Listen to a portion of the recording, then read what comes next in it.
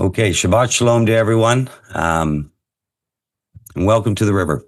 It is so wonderful to just see so many of you gathered from different parts of the world, and we hope and pray that you may be blessed wherever you are on your Sabbath rest. We are a community that values and walks together with one another, and we gather live during the Sabbath. And so if you're inclined to come and join us and you want to join us live, we come together every Shabbat at 9 a.m. Pacific Standard Time, except around the appointed times where we gather wherever we can and join together and be with one another in fellowship. So if you are inclined to come and want to join us live and you're watching the video, then you're more than welcome. We'd love to see you, and you can come and meet this incredible community. And so all you need to do is just go to riverbranchfellowship.com, and if you scroll down, you'll just see the little subscribe button, and just put a first and last name in there and an email, and we will get you onto our newsletter list. And what that does is that provides the live link every week for you to click and to come and join us. So don't be shy. We'd love to meet you. Okay. Birth pains. Well, the seals of Revelation. We got this sort of picture going on here of these interesting characters, and the scroll and the seals, and this is all contained in this incredible book of Revelation. And there's a lot of things that have gone on as people over the years and tried to understand and to see these things and go through a journey of what is this? And so we're going to do this series of birth pains, and it'll be based around the seals of Revelation. As a community, we don't we look at all of the word, and almost a third of the word is prophetic, and all of it is for us, and all of its source is love. And so even looking at things that have been traditionally, I think, misrepresented when it comes to the revealing of Messiah and the book of Revelation, there are some things in there that we want to work through. They're there for us. They bless us. And they will help us moving forward as our world begins to really shake and to lose its way. And so how are we to view this incredible book? And so we're going to use the basis of the seals contained in the book of Revelation as a way just to look at some things and to hopefully bring shalom, hope, understanding in a way that that truly is a blessing. So I'm just going to start off here with a quote by C.S. Lewis, and he was the British writer and scholar and Anglican theologian, and he makes a statement here, and he says, "Hardships often prepare ordinary people for an extraordinary destiny." And I think he was touching on something. He had an understanding, a very intelligent man. And I think he was touching on this greater picture of understanding this. And so when I saw this quote from him, it kind of prompted me to sort of go, okay, I think he's made a statement there, but I kind of want to just make a donkey statement and define this a little bit more as we look at this incredible revealing of our Messiah. So I got this donkey statement there, and I want to read this. To test spiritual beings through a fallen experience. Okay, so to test. And so we're playing off of the understanding that really sat with King Solomon. And he understood that we've been put into this time domain. And so he says, so this fallen experience, we're experiencing something where we're in a state of imperfection. So an experience which prepares us for an extraordinary eternal destiny. This experience we call life, perfecting love from imperfection through a personal sovereign choice to repent and turn towards our Creator. He's not looking for a super intelligence in some kind of AI bride. He's perfecting true love, the essence of who he is, the true living Elohim made visible to his people in Yeshua Messiah. The book of Revelation is ultimately a book of love and hope and the fulfillment of a great plan and promise of an Elohim, King, Messiah, bridegroom, and high priest. The book of Revelation is a revealing to those who love and revere him and a judgment to those who do not.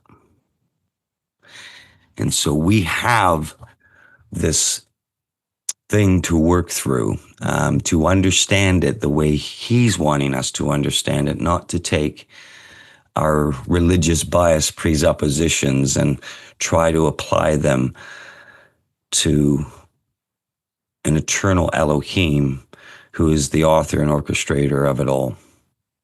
And so it behooves us to try and understand it the way that he's wanting us to, not putting our religion, if you will, upon it. And so there's been much confusion and muddy of the waters through all of this. And so we've got these first of the four seals, which is the theme of birth pains behind this. And I've got, who are these characters? And the great thing I can share with you all today live is we have finally discovered exactly what they are and to reveal it to you right now. And so I'm going to show you.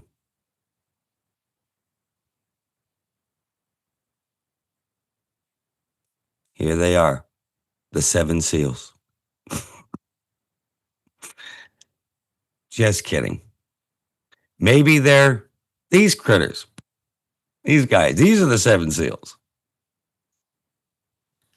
I'm having a bit of brevity at the start of this because we can do anything in our minds. And especially in the Western English world, we can come up with all sorts of things. I'm making an extreme example of what isn't, of course. But we're going to kind of try to understand this in a biblical way. And so that takes a little bit to unpack in the sense of this incredible book, a certain way to try and understand something in this revealing of Yeshua Messiah. And so we've had this, how has the secular and religious systems largely viewed the book of Revelation, where the seals are contained and spoken and written about. And I want to say this sort of disclaimer up front. Sometimes it's taught, well, we can't know, we can't understand this. And yet the revealing of Yeshua Messiah means just that, the revealing. We can know and we can understand the things that are contained in this book, but it will be a journey. It will be a greater picture because all of what we call the Bible, the time domain, all this great plan of redemption is actually captured and seen in the fulfillment of this final great plan of redemption. But there's also the other side of it where people will claim, well, I know everything about the book of Revelation. I'm an expert. I've been teaching and sharing for many, many years and viewing and understanding these things. And we learn, we grow, we do the best we can. But I would never make the claim that I'm the expert on this. And I'd suggest to you, anyone who's saying that you can't know is going against the very words itself. And on the flip side of that, I know everything. I would say caution. That these are statements that I don't think we should go near. What we do have is his word. We have each other, discipleship, and of course, the Ruach HaKodesh to help us journey through these things. So when we look at something like these seals contained in this incredible book, the basis for which we're doing this birth pain series,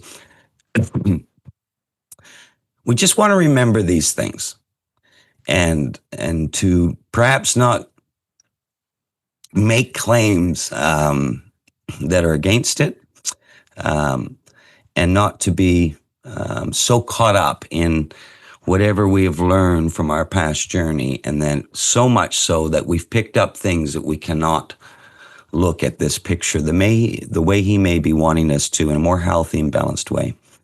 So I just want to encourage you in all of that, because it's a big spectrum to try and sort of share from the position of the book of Revelation, because it's the revelation of our Messiah. And this is a pretty big deal. And I hope everyone would agree with that. So we want to try and do that in a way that can be as pleasing as possible to him, and allows us to ask the questions and grow and understand along the way. Okay, so the book of Revelation. We've had a lot of, I believe, false teachings, so-called prophets and whatnot. And I want to say that this is the sort of thing we've got a lot of, we talk about our Jewish brethren and their Talmud, but there's been a lot of Christian Talmud, and many of us have come from that Christian side of the river.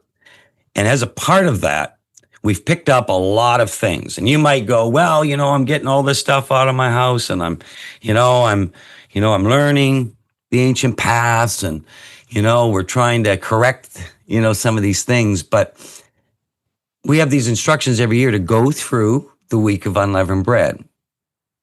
And we do the physical shadow picture things. And every year, Michael and I and many of you, we encourage people that this is a living appointed time now, because there's actually leaven in us.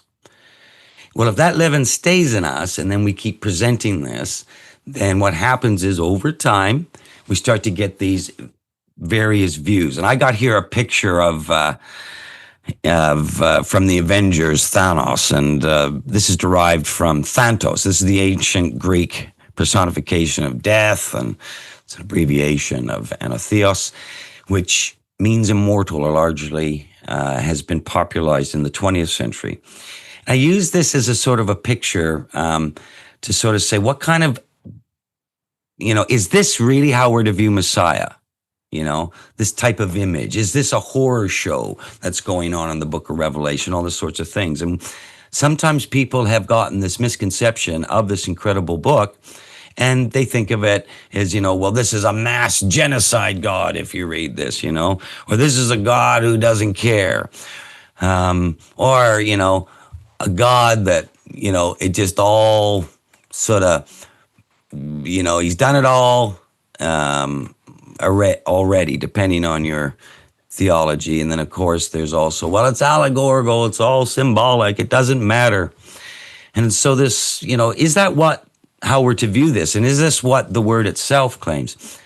I'm going to suggest to you that if we get a more balanced perspective on this, perhaps we can look at it as Elohim in context with his appointed times, which is laid down in the Torah for us. And we see this laid out and was taught to the ancient peoples, that we're to view things through this great plan of redemption, which is captured in what we would call the feasts. And of course, we know that the feasts are not just Jewish feasts, they're actually his appointed times. And so all that would come back in and be restored to the house of Israel, we're to take these things, and it teaches us all about him and this great plan of redemption. And the book of Revelation is going to finish with bringing this all together and the fulfillment of his fall appointed times. So we got this great plan. It is in context and has great symbolism. And indeed, the seals are laid out that way. And particularly the first four, we have this great symbolism, this personification of these horsemen and these horses and horsemen, the riders. So we want to know and to understand this is literal, but it's done in a way that that we can understand this in this great symbolic language. So we don't want to throw the baby out with the bathwater and it's all allegorical and it's just symbolism, but we also don't want to be just taking the latest newspaper clipping and saying, well, this is what it means in the book of Revelation. And so we get this poor form of, this exegesis starting to, to happen in, traditional biblical language, as they try to look at how we study these things. So, in 2 Timothy 3, 6, 7, in the early Kahal, almost 2,000 years ago, there was this warning from among those who creep into households and capture weak women, burdened with missing the mark or sins and led astray by their desires. Always learning and never able to arrive at the knowledge of the truth. So all of this is trying to get us to an understanding of truth. Now, what's interesting here is that, yes, it's talking about in the shadow picture, our basic design of men and women. Of course, we see Hasatan, you went after to deceive, Eve in the garden.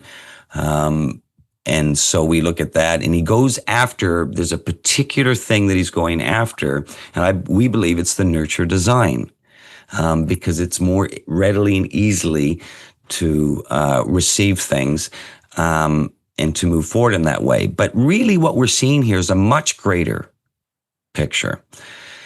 And so this woman design in the shadow picture is being used, and we can kind of live this through and to try and understand this and go, well, why is Hasatan coming after the woman's design?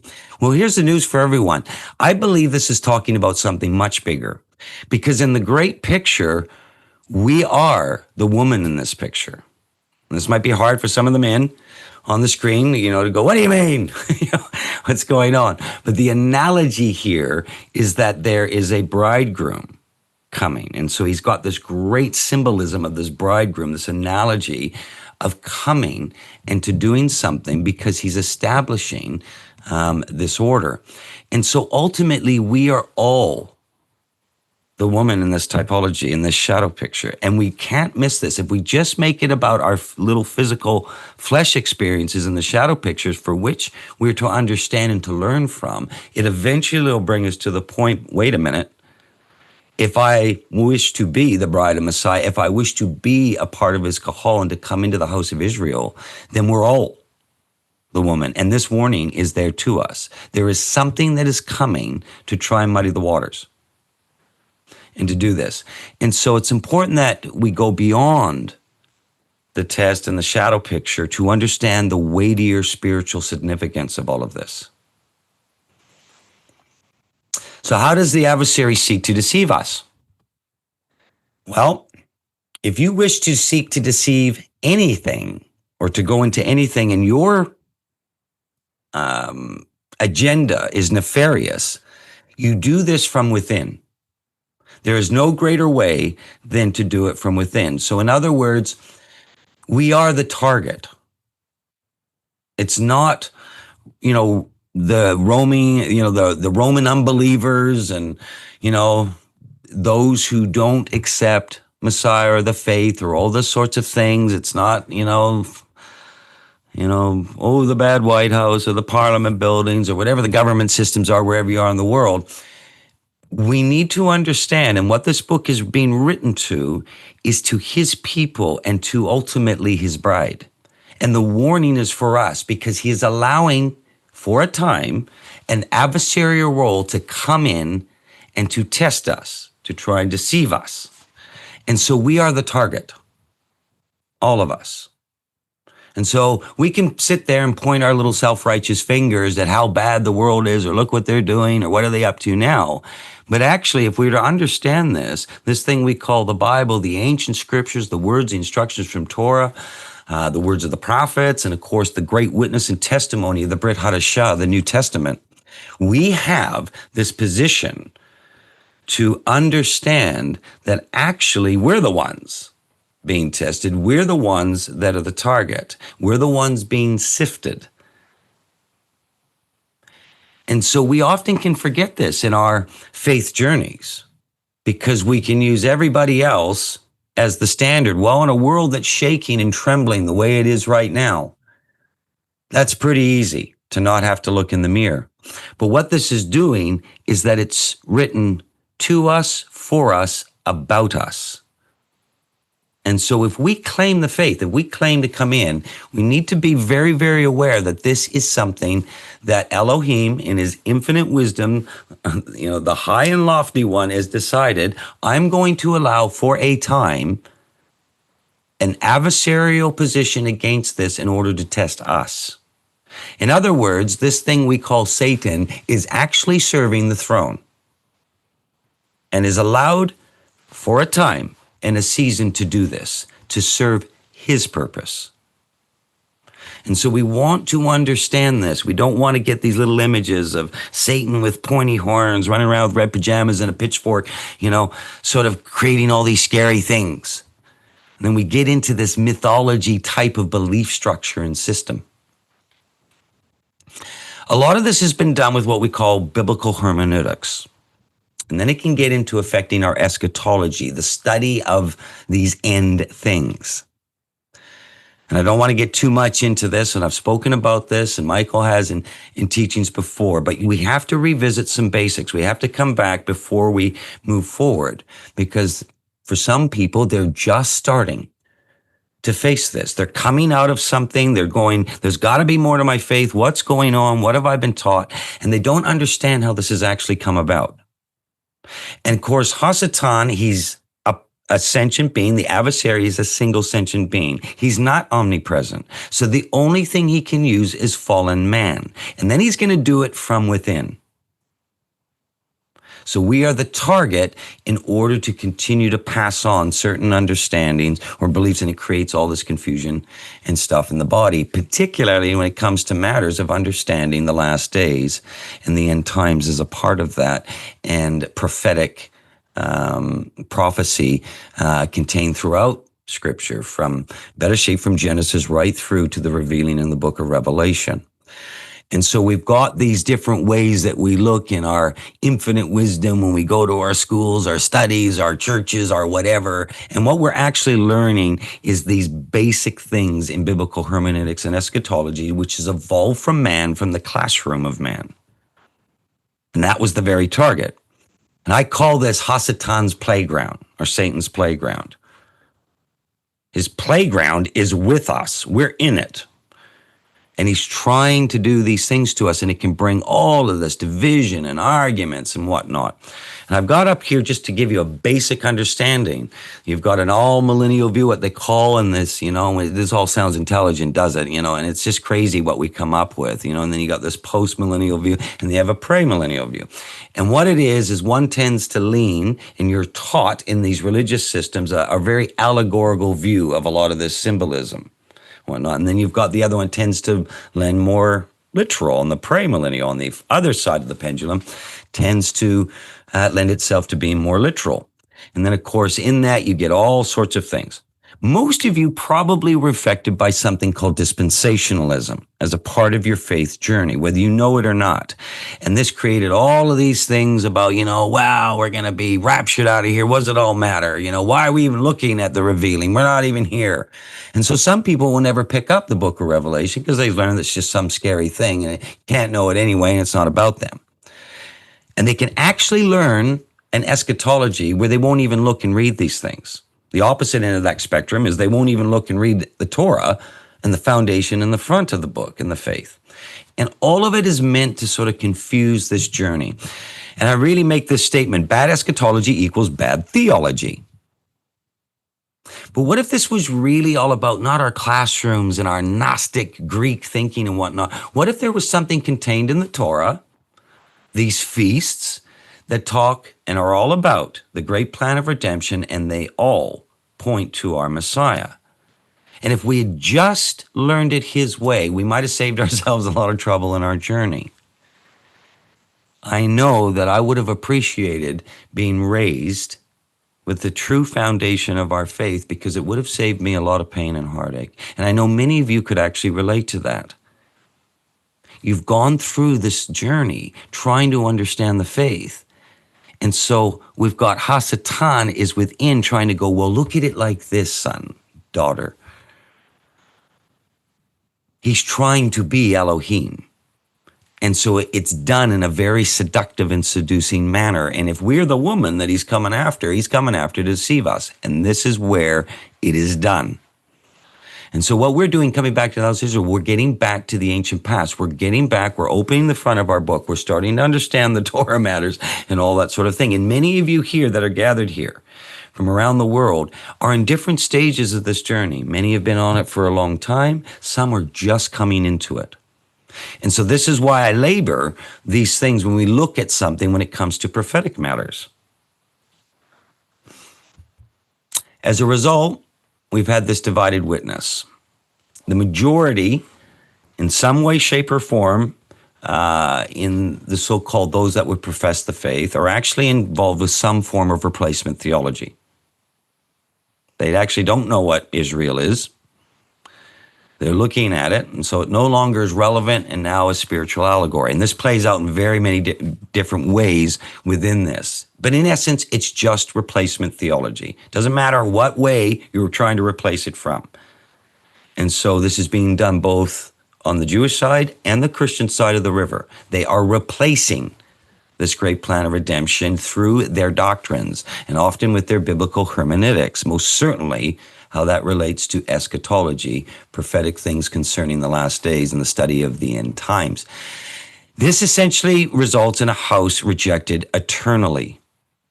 So we learn these things, we don't know we're learning it, but essentially, okay, everything's gone wrong, that's it. Now I'm coming back to judge everyone. Is that really what the great plan of redemption is about?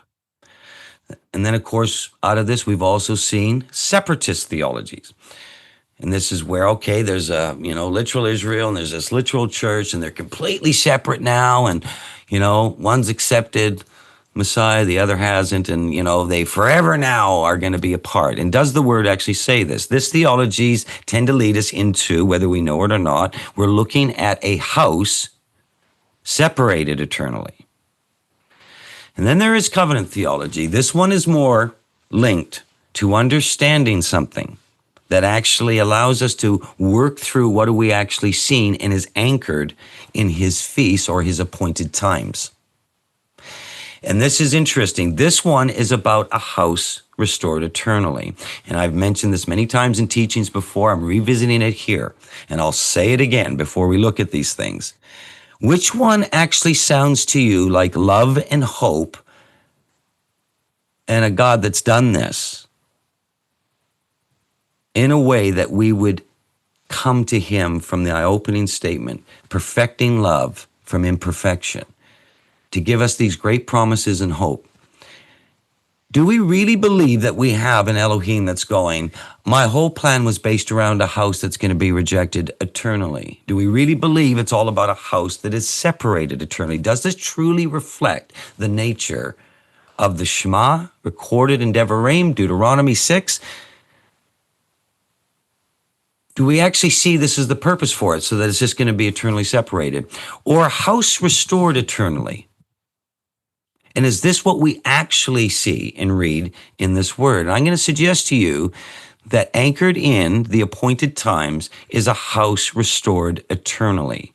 And your spirit will look at this and you will know which one do you really sit in your spirit, not just your head, but also in your heart. Which one? Who is your Elohim? One of rejection, separation, or restoration? The majority of all theology will sit in these first two, and most certainly with eschatology and biblical hermeneutics. The majority of the playground of all religious positions put forward in a Christian Judeo sense sits in those first two. And we've all been infected by this stuff, whether we know it or not, as we try to go around and learn and understand the faith. You've seen this many a times, and this is what we're going to see. We're going to see the conclusion of something. This is his spring appointed times. These were literally fulfilled almost 2,000 years ago by our King, our Messiah, bridegroom, and high priest. Literally fulfilled. We'll look at just how significant that gets in connection to the book of Revelation. There is something that will be fulfilled. And just like we got the pattern almost 2,000 years ago, this will occur in sequence to the day within the same calendar year. That is what he has given us, the literal example of how this is done. At some point, he is going to literally fulfill personally, like he did in the spring, Moedim, and when those were fulfilled and are now living and are now alive. This is actually going to come into being. He's going to literally fulfill his fall appointed times, which has incredible hope and incredible promises attached to it. We are not heading for the end of the world. And although there are many around us that are getting worried, and it's a funny thing, I watch now what's happening, going on, and you look at the secular media and newspapers and everything else, and it used to be that it was the religious people standing on the street corner, the end is near and all this sort of thing. And now you just turn on the secular news and they are the doomsday prophets. Oh, it's climate change, the world's ending here, wars here, there. We got all this stuff coming at us. And they're looking at all of the stuff as the world shakes, but they don't have the hope that we have. They don't understand that we have somebody who's in control and he's got this. And so we need to present this the right way, because as the world, and I used to say years ago to people who were scared to read the book of Revelation or they'd been mistaught something about it, I used to say, I promise you, brother or sister, what you think is scary now, what you think in the way you've been taught, I promise you these great words will become hope to you when you understand this from the right perspective. And when we get a balance and right perspective of these things, we are going to have the hope that a secular world right now is losing. And I know many of you are seeing this, could be friends and family, certainly what's coming across the social media, news, everything else. The world is trembling. So we've got to get our view right on this, balanced, in perspective, try to learn and grow in this so that we can present and represent our Messiah maybe the way he's wanting to. And the book of Revelation and even the seals contained in it and all that is in it is actually a part of us learning and understanding this. Part of this great plan of redemption, the 7,000 year of redemption, we're seeing this come to a conclusion right now. We're coming to the end of the 6th day of this test, of this time domain in human terms. Now, Peter knew this, and he says, by the same word of the heavens and the earth now exist and are stored up for fire. So in other words, that judgment's coming. The flood had happened. He knows that the fire judgment's coming until the day of judgment, the destruction of the ungodly. But do not overlook this one fact. And so Peter knew this. He's saying, don't overlook this, beloved. With the master, one day is as 1,000 years and 1,000 years of one day. In other words, he knew to view the appointed times in this great plan of redemption in these terms. And so he's saying to them, just because we talk about it doesn't mean tomorrow it all happens. And so we need to view this in the way he wanted us to view this. And this, of course, is a part of all of his appointed times. And we are now almost 2,000 years since the fulfillment of the spring appointed times. We are on the verge of the literal fulfillment of the fall appointed times. And so there's lots of discussion around this and, how close are we and all these sorts of things. I often get people asking me, and I don't ever get into, the date setting and things like this. But I do make the point. What time are we in? We're in near time. And we're watching this play out. And will we be the light, the witness of hope and love as this happens? Well, if our own view is all skewed in all of this, then we're just going to scare people who are already getting scared now. This isn't about convincing unbelievers that something's going wrong on the earth. Incredible opportunities coming for an incredible harvest. And the only question is, will we be in a place where our true faith and hope is in the one who's got it all? Or will we be scared ourselves by what's happening upon the earth right now? I'm going to suggest to you, I believe he wants us in a good place so that we are a good witness and we provide that love and hope as a part of this great harvest and the fulfillment of his fall appointed times. So do we have any latest example of these deceptive doctrines that come into the hermeneutics? I'll probably do a whole teaching on this at some point, but I'm just going to touch on something, give you an example of some things that are making its way around, particularly right now in the Messianic and Hebrew roots movements. And there's people actually entertaining this stuff because of the leaven, what they've learned, they don't know it, But they entertain this kind of stuff because they don't even know the source of the origins of where these kind of doctrines can come from. This is making its rounds right now in those trying to understand this, their faith in a deeper way. And so one of these doctrines, they call it Satan's little season. And this is completely based on being polluted with this whole hermeneutics and eschatology charge I'd shown you earlier. And it comes up with these crazy things. And really what it's saying is, and contained in Revelation, there's a moment, a time, I believe in Revelation chapter 20. And what it says is Hasatan is going to be, or Satan is going to be released from this prison at the end of the 1,000 years. And he's going to go out to deceive the nations once again. Now, that is coming from a position that is actually on that sort of allegorical side of those hermeneutics I showed you. And what it is it's saying the 1,000-year reign of Messiah has already happened.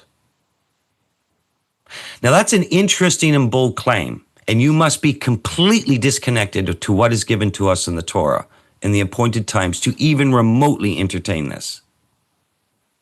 This has actually come from a very, very dirty source. These are not healthy cisterns. This is dirty water. It is actually going against Scripture and the very appointed times itself. And so what you see in this, and, I'm going to raise here, the word tells us in the great prophet Isaiah, it says, the Torah shall go forth from Zion and up to the mountain of Elohim to learn his ways. Concerning the end times in this 1,000-year reign. I don't know about you, but I can find nowhere in history, certainly in the last 2,000 years, that this has happened. And that this is what we're doing as an earth. In fact, we're not doing this. And we're actually in great trouble. So if you're going to tell me that we've already had the 1,000 years, you better explain the great prophet Isaiah, because Isaiah is going to have a real problem with this doctrine. So we're going to use him a little bit. And again, I'm just going to touch on this to make an example. Maybe one day we'll do a full teaching on this to really take people through, because this is the stuff that is coming in to his people right now. And there are people that are listening and accepting and thinking this could possibly be. Isaiah goes on to say in this, they will learn war no more. What about the wars throughout history for almost the last 2,000 years? When did this 1,000-year reign occur if this is the case? Do we really have the evidence to say that we have learned war no more? We can't even look in the past 100 years and confirm that. Never mind what we have seen since Messiah's death and resurrection, and the amount of blood that has been spilled upon the earth almost the last 2,000 years. So what's going on? You want to claim that this has happened? I'm going to show you how deceptive this can really go. I'm just going to touch on the actual scripture there. Many people shall come and say, let us go up to the mountain, the house of Elohim of Yaakov, and that he may teach us his ways. That we may learn his paths. From out of Zion go forth the law, the Torah, and the word of Yah from Jerusalem. He shall judge between the nations and shall decide disputes for many peoples. They shall beat their swords into plowshare and their spears into pruning hooks. Just think about that, what you're actually reading concerning his actual reign. Nation shall not lift up sword against nation, neither shall they learn war anymore. O house of Yaakov, house of Israel, come, let us walk in the light of Yah. If you can show me anywhere in all of human history to date, you either have to allegorize this, or it actually means what it says and says what it means. This is very interesting. But these doctrines will be entertained if we actually are not listening to the prophet Isaiah, if we're not taking all of the word and we're just taking our leaven and trying to apply it. And it goes on to say, I'm just using some scriptures as an example. By the way, there are many, and they're all concerning what this reign of Messiah looks like, this last and great final age. Like Peter was saying, know this, a day is of 1,000 years and 1,000 years of a day. And the book of Revelation reveals something quite incredible. There's punishment of no rain and plagues linked directly to not honoring the appointed times. Obtaining the great prophet Zechariah. The child should put his hand in the viper's den and not be bitten. Isaiah is doing that. Well, I don't know when that's happened in the last almost 6,000 years. The lamb and the wolf shall lie together. Isaiah is trying to make a real point here about some things that are going on. Can we actually, the only way you're going to get rid of, and I'm just giving you a snippet of some of these examples. Can you get rid of all of these things? The only way you can is make it allegorical or try and do some sort of hotchkotch, dancing and appear to be presenting a certain way that you could even buy into possibly this Satan's little season. 100 years shall be considered young to die. The average lifespan in human history up until the last 100 years has been 40 years old. Certainly over the past 2,000 years. I'm putting the scriptural references there just for this quick example. And they shall rule and reign for 1,000 years. This is mentioned 5 times in sequence in the book of Revelation. That's contained in Revelation 21-6. Do we just throw this away and allegorize it? And Isaiah, Zechariah here are pointing to this. And it says in the book of Revelation, in 27 there, after it talks about the 1,000 years, this is where it's incredible. This will occur first, and then Hasatan shall be released temporarily for a little while. This is where you get this Satan's little season doctrine making its way around. Once again. So what's occurred before it? The reign. Well, you better contend with Scripture if you think the 1,000-year reign of Messiah has occurred on earth already.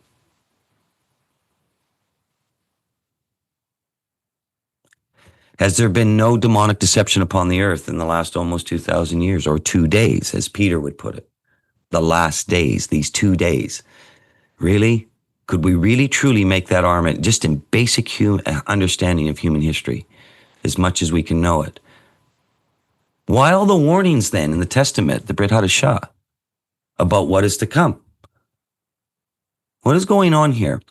And I'm going to suggest to you, and why I'm highlighting this and making an example of it, is that it is a very, very deceptive doctrine for this one reason. If the 1,000-year reign, and according to Isaiah, the prophets, the book of Revelation itself, just in my little example here, if you want to claim this has already happened, and we're already dealing with this, then whoever shows up as the hero now, and we're warned of a coming false Messiah, but if you buy into this doctrine, whoever comes now as the hero, because we've already done the 1,000 years, he's already done his little deception to deceive the nations, we're living in it right now, which is what they're trying to say. There's variations of this. But here's where it gets really scary. If you buy into this, then the next hero that shows up, and even though we're being warned of a false Messiah that will come before the true Messiah to fulfill this last days, this and the end times is a part of the last day. What this doctrine is doing, whether people know it or not, is setting them up to accept the false Messiah. It's literally now making its rounds. Please do not entertain this. Understand the warnings. If the rain has happened and we're already in Hasatan's little season, whoever shows up to sort out this mess now, that must be Messiah. This doctrine is demonic in every sense. But most people that would be entertaining it wouldn't be entertaining it for that reason. They wouldn't even know how this actually works. Even a lot of the people that buy into it, and even those, some of them that would teach such a thing. You must take all of it, and we must honestly chew this, discern it, walk together, and work through these. These things are coming into the body right now to deceive people that are looking deeper. And sadly, there's people that even entertain this for a while until hopefully the Ruach can do a little bit of a course correction. So how should we view the book of Revelation? How should we? So we got using this little example. We know we're the ones that are the target. We know that this all gets confused in our Gnostic knowledge. We think that we know this, but we're never able to come to the knowledge of the truth. We're planes in a place where we need each other, his truth, his word, and the Ruach. All three of those are going to protect us and bring us up as a part of this journey. So we're all doing the best that we can.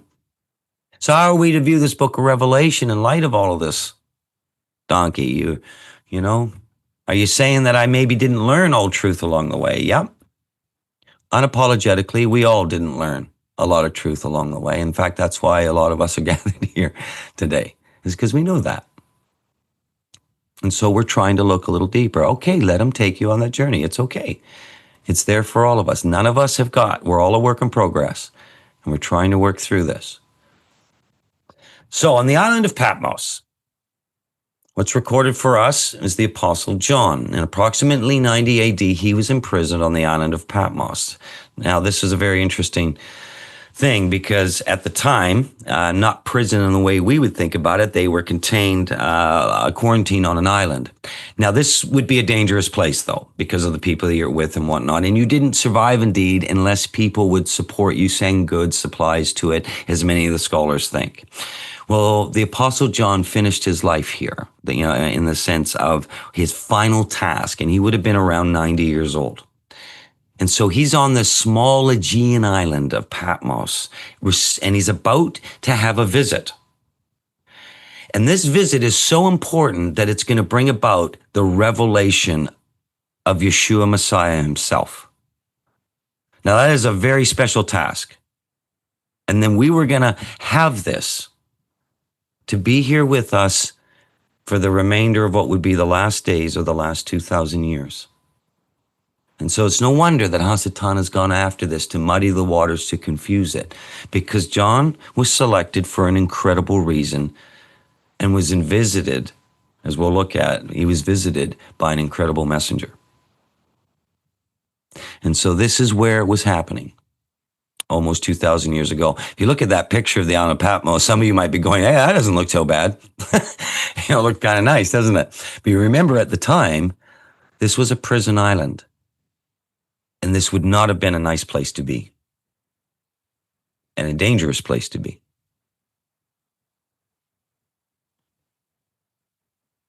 So how do we look at the book of Revelation? Well, I would think we should look at it the way the Apostle John did. He can teach us something. He can share us something. In Revelation 5, 1-5, it says, Then I saw the right hand of him who was seated on the throne, a scroll written within and on the back, sealed with 7 seals. And I saw a mighty messenger proclaiming with a loud voice, Who is worthy to open the scroll and to break its seals?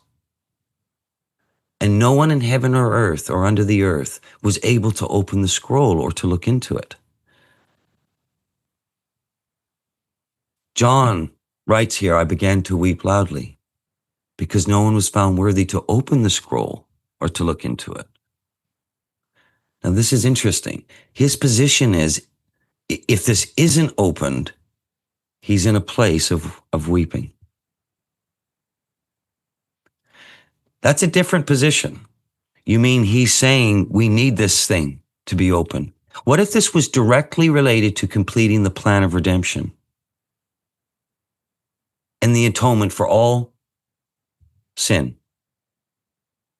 The coming of the high priest. What if he had an understanding of things that may be a lot deeper and greater, having been raised in the ancient past, the Torah, having experienced Messiah, having experienced the persecution that got him to the island of Patmos? What if his whole understanding was a little bit different than our modern hermeneutics that we've all been polluted by?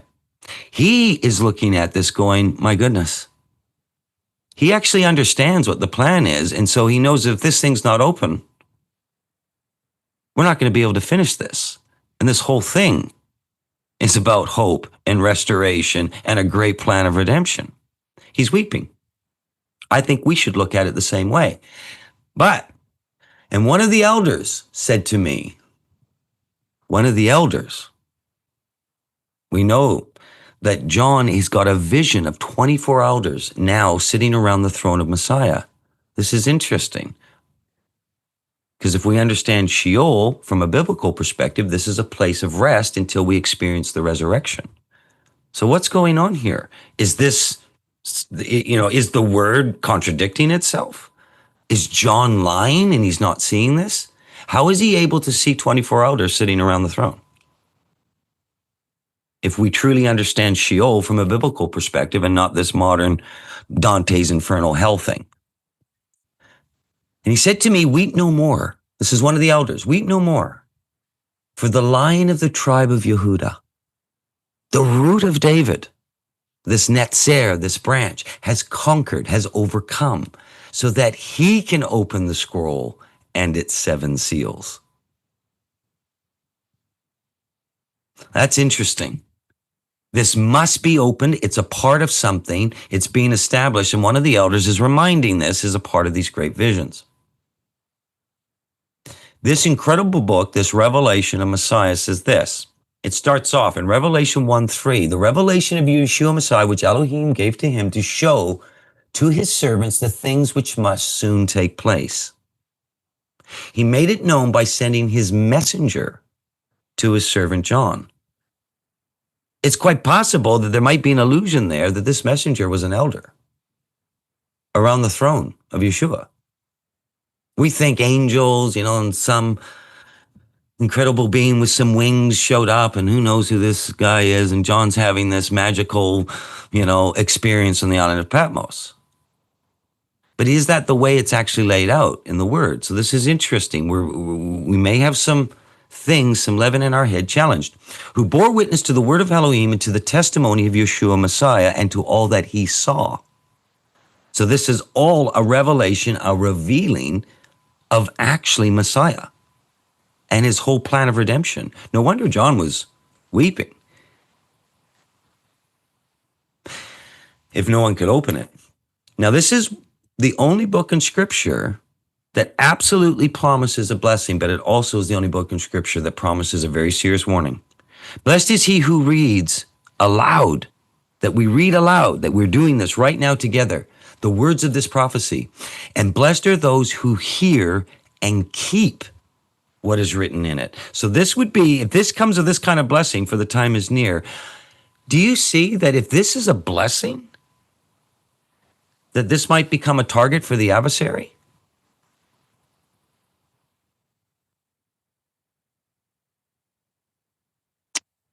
Goes on later to say in chapter 1 in Revelation, when I saw him, I fell down at his feet as though dead, but at his right hand on me saying, so he's getting a vision of Yeshua Messiah.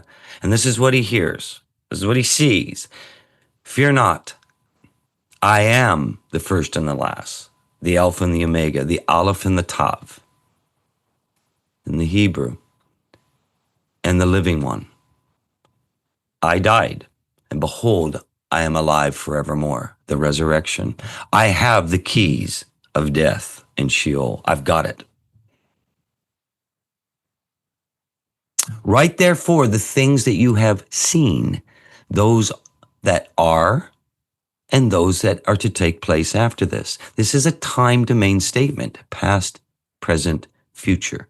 A lot of people, again, in these hermeneutics I talked about, they'll try and make the revelations all allegorical, or it's all past, or just flip through the newspaper because it's all about the present, or it's all future. But it doesn't actually say that. The revelation of Messiah must be contained within the whole great plan of redemption, which basically means from Genesis, Bereshit, right through to Revelation. This is past, present, and future, if it indeed is talking about our Messiah and his revealing. So you can't take our hermeneutics and actually contend with this statement. Basically what it's saying is you don't get to stick it into any of your Gnostic classrooms. This is way above your pay grade, Curtis. And it is indeed, because it's Messiah himself.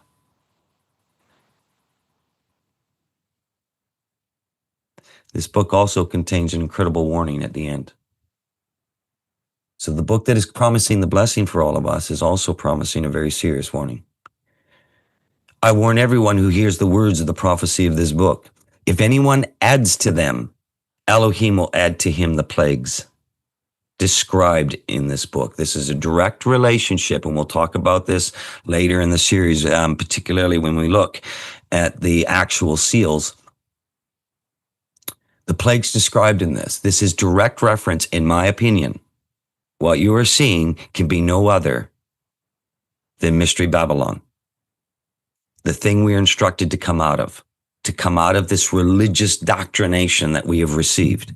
Come out of her, my people, lest you partake in her judgments. And this is being referenced. There's a warning to this. Get the leaven out and start looking at this. And if anyone takes away from the words of the book of this prophecy, if anyone takes away from them, Elohim will take away his share in the tree of life. Wow. And in the holy city, which are described in this book. This intimacy with Messiah, this ability to enter into the New Jerusalem, to come in before our King, our Messiah, the bridegroom, the high priest. You're going to lose this. So if you take away from this, so this book is saying you're blessed and you'll maintain that blessing if you don't touch it. What we have done with this book over the last almost 2,000 years is we have forfeited our blessing and we have not heeded the warning. And we have done this. In fact, in some eschatologies it's taught, take it all away. It's all allegorical. Incredible. They didn't just take some of the words away. They've taken the whole book away, is how bad this can get. And they do this sounding intellectual and intelligent and philosophical and all this kind of stuff. Incredible. The book of Revelation, and we don't have time to go into, it's not the point of the series, but the whole thing is based on a chiastic, and I certainly believe in a menorah structure. It's going to be anchored where somebody incredibly is standing in the heavenlies, which John's going to see a vision of. And so it's a chiastic structure. A chiastic structure is sort of mirroring itself and it's linked together. And we don't have time to go into all of this. We've referred to chiastic structures indeed in the book of Revelation and just how it relates to the seven kahal within the book of Revelation. But it's chiastic structure within chiastic structure within chiastic structure. And what it's actually forming is this dimensional image.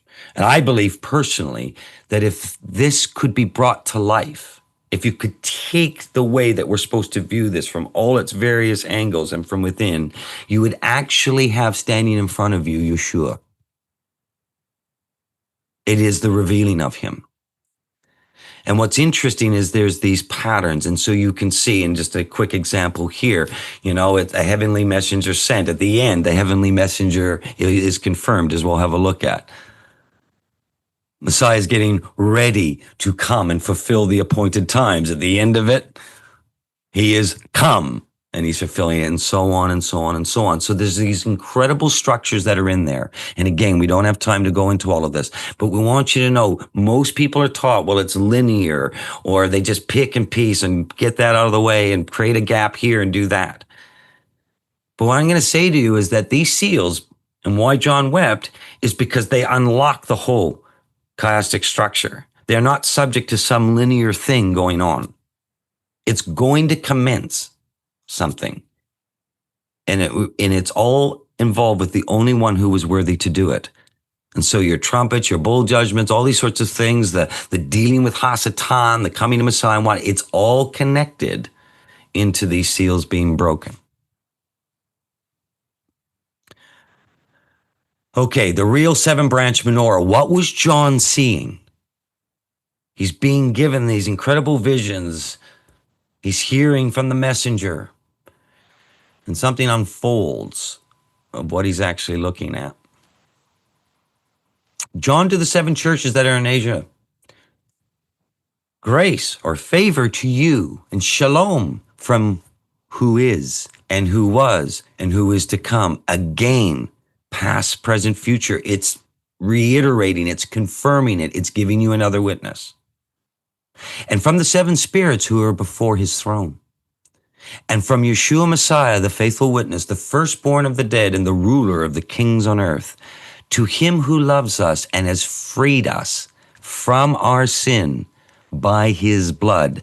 There is direct reference now to both appointed times. what happened on the ancient Tav with his death and resurrection and the price that was paid, and also to the completion of atonement in the book of Revelation.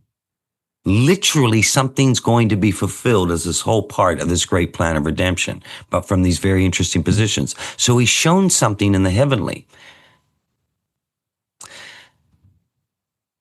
This heavenly vision, I'm going to suggest to you, this book of Revelation, what he's being shown is a journey of a position that has now taken place. And he's being shown this in the heaven, this heavenly tabernacle. And as a part of this, it's referring to this 7 kahal, this 7 candle branch stand. And I'm going to link the two here. There is a shadow picture that we're to look at this, in the instructions of the tabernacle, when it was created, what we're doing, where there was a 7 candle branch, what we would call menorah. Is the menorah pointing to something that's even weightier, or is it just all about the menorah?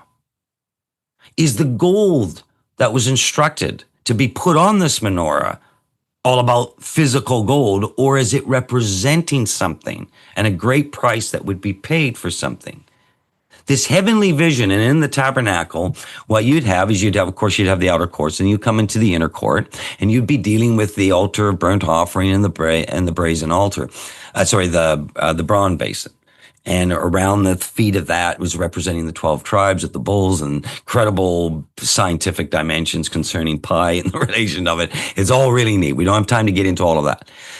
But then you would enter into the holy place. Now, John's vision is being sort of catapulted into a heavenly tabernacle, a holy place, and he's seeing something. He's seeing a vision of Messiah. And now he's standing in this place, but he's high priest. What's going on? The high priest is standing beside, and it's about to describe to you what this candlestick actually is, what this menorah is, why it is a symbol for us in the faith. It's us. It's his people. And he's being explained now what this is, what this actually is. And we go on to know it as the 7 kahal, or the 7 churches, and if you read the book of Revelation. But what he's being catapulted in is now he's seeing his king, his Messiah, bridegroom, but now he's seeing him in a position of high priest. The high priest position is the only thing that can fulfill the book of Revelation. And what I'm going to suggest to you within this chiastic structure is the vision John is seeing is a journey of the heavenly high priest, and he's about to go from the holy place, and he's about to head to the Holy of Holies. He's the only one that can go in there, and it is only his blood. And so what John is seeing is the heavenly picture, and there's a prayer attached to this. We often just call it glibly the Lord's Prayer.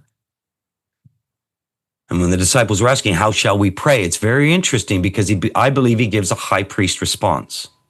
So understand what he's seeing now is this incredible picture. And the book of Revelation is this high priest journey. It can now take place because he actually resurrected, took the keys of Sheol, as we read earlier, and he's now gone to assume a position that will allow the literal fulfillment of the fall appointed times on earth. But there's a heavenly fulfillment that John is seeing. Something is going on in the heavenlies. So think of Revelation as this journey within this chiastic structure. It's not just this linear Greek Western thinking. Is Yeshua now king? Well, you're still wondering about that. You need to go and do a little bit of homework and look at a lot of the teachings over the years that Michael and I have tried to give to you. But I do want to just touch on this quickly. When the Parthian Empire and the Magi of the Parthian Empire, which were the lineage of the prophet Daniel, and this is going to become important, they were recognized and taught something. And what that was how to recognize the king. And so they came in, the Parthian Empire is coming in to Jerusalem at the time, and it's like, and there was peace at that time, but what's going on here, Are you about to declare war? Is it a declaration? What's going on? You know, it wasn't three little wise men just running around, looking for Bethlehem in a manger. This was a big deal that happened, and it really unsettled King Herod at the time, to the point where he was going to kill newborns. 2 years old. There's a big deal going down. So in this instance, we're seeing the lineage of Daniel is clearly going to announce the king.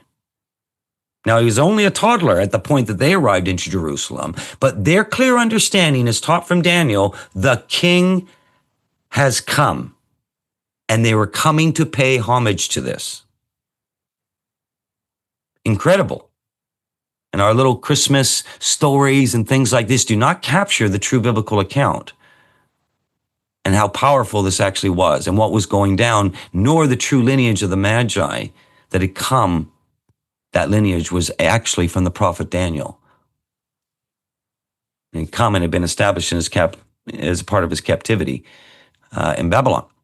The Messianic king prophecy, we often overlook, and all the scholars try to discuss and do this, but they all tend to agree we can't really understand this as being anything else other than Messiah has come, the king. And this is contained in Bereshit, and you got 49, 10 to 11, I'm reading from.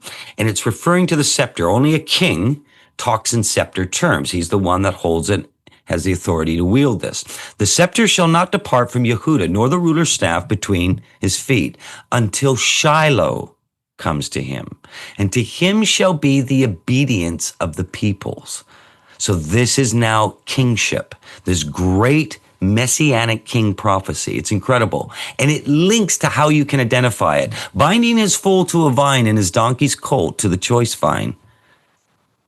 He has washed his garments in the wine and his vesture in the blood of grapes.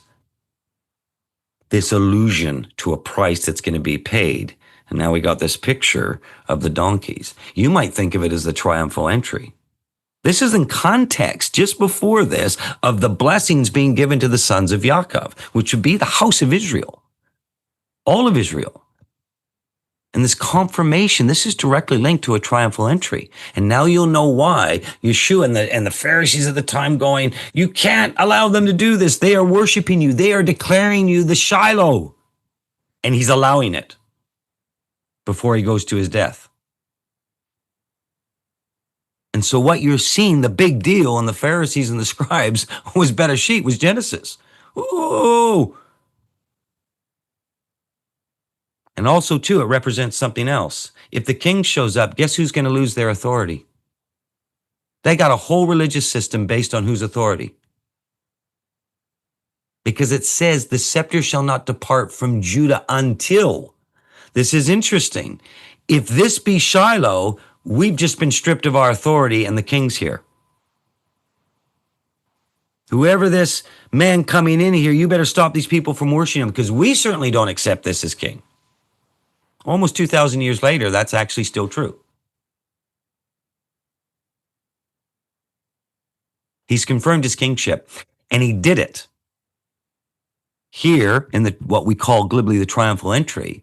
But who actually confirmed it the first time was actually the Magi from the Parthian Empire, the lineage of Daniel. So Daniel is involved with that which would confirm the king. Interesting, this prophet Daniel. Only a king can pronounce judgment upon its own people. So you have to understand this scepter position. There's something very interesting captured in Matthew 24, 1-2. And Yeshua has just delivered the 7 woes, another chiastic sort of structure, to the Pharisees and scribes. Temple judgment comes first. Now, if you know what happens in the temple yearly, and as a part of the fall Moedim, is going to be the high priest is going to enter into the Holy of Holies and atone for the sins of the house of Israel. This atonement is going to take place. It is no coincidence that after he has just said, you are not worthy to represent this, I am the king, and you know, if you know how this works, and you know the prophecies of Shiloh, the king has just pronounced judgment upon his people. And so he goes and explains to them just the kind of state they're in with these 7 woes. And then he says to his disciple, Yeshua left the temple and was going away, and his disciples came, and they're pointing to him in the building. But what's going on? That's there. That's where atonement's happening. This is what we do. And the king answers this way. Incredible. But he answered them, you see all these? Do you not? Look at it. He's just delivered something that's going to get him put to death. These woes, to these Pharisees and scribes. Truly I say to you, there will not be one stone left upon another that will not be thrown down. This was a judgment of the temple at the time. This actually occurred literally about 38 to 40 years later. We would see, and in history, a terrible, terrible bloodshed carried out on the destruction of the temple. But I tell you, there was someone not only had the right to declare it, he allowed it. And at that point, they would lose the ability to continue this shadow picture of atonement. And we would enter into something, I believe, that is very significant in this, because this judgment is directly related to atonement. This judgment is directly declared from a king position. And we can miss this. We just think he's saying something or giving a prophecy of something. But there's all of this connection. He is not doing it even his way. He is fulfilling this great plan of redemption a certain way. And even the judgment of the temple itself links into all this. Okay, so Yeshua's king, if we can accept that. He's Messiah. If you got a problem with him being Messiah, go look at the past 4 or 5 years of Michael and I's teachings around the spring appointed times and the Pesach and the week of unleavened bread. There should be no question who he is. And then if you look at many of the other teachings that we have done and the reason why we've done them, you'll understand the bridegroom position. And most certainly this is going to be confirmed in the book of Revelation. But he is also the high priest. Why is this significant? Why are we laboring this when we're to view the book of Revelation? But this was the vision that Yeshua was making sure we got. So why am I laboring it? Well, I didn't decide to labor it. I believe we have a king, Messiah, bridegroom, and high priest who wanted John to see this the way he wanted it to be seen. And this is in terms of the fulfillment of the fall Moedim. It's certainly when it comes to the last days and his coming and the fulfillment of this. At the first fruits resurrection, who else was raised? We often talk about the resurrection of Messiah. Again, this is often missed, and I've spoken about and taught about this before, but we have to reiterate it again because it's going to link to something here that's very important with how we view the book of Revelation. The tombs were also opened, and many of the bodies of the saints who had fallen asleep were raised.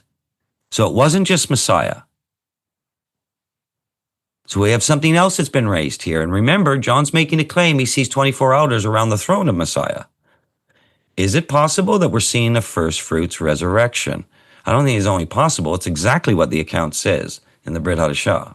And coming out of the tombs after his resurrection, they went into the holy city and appeared to many. You are actually seeing an account. This is a written account of the literal fulfillment of the sheaf offering,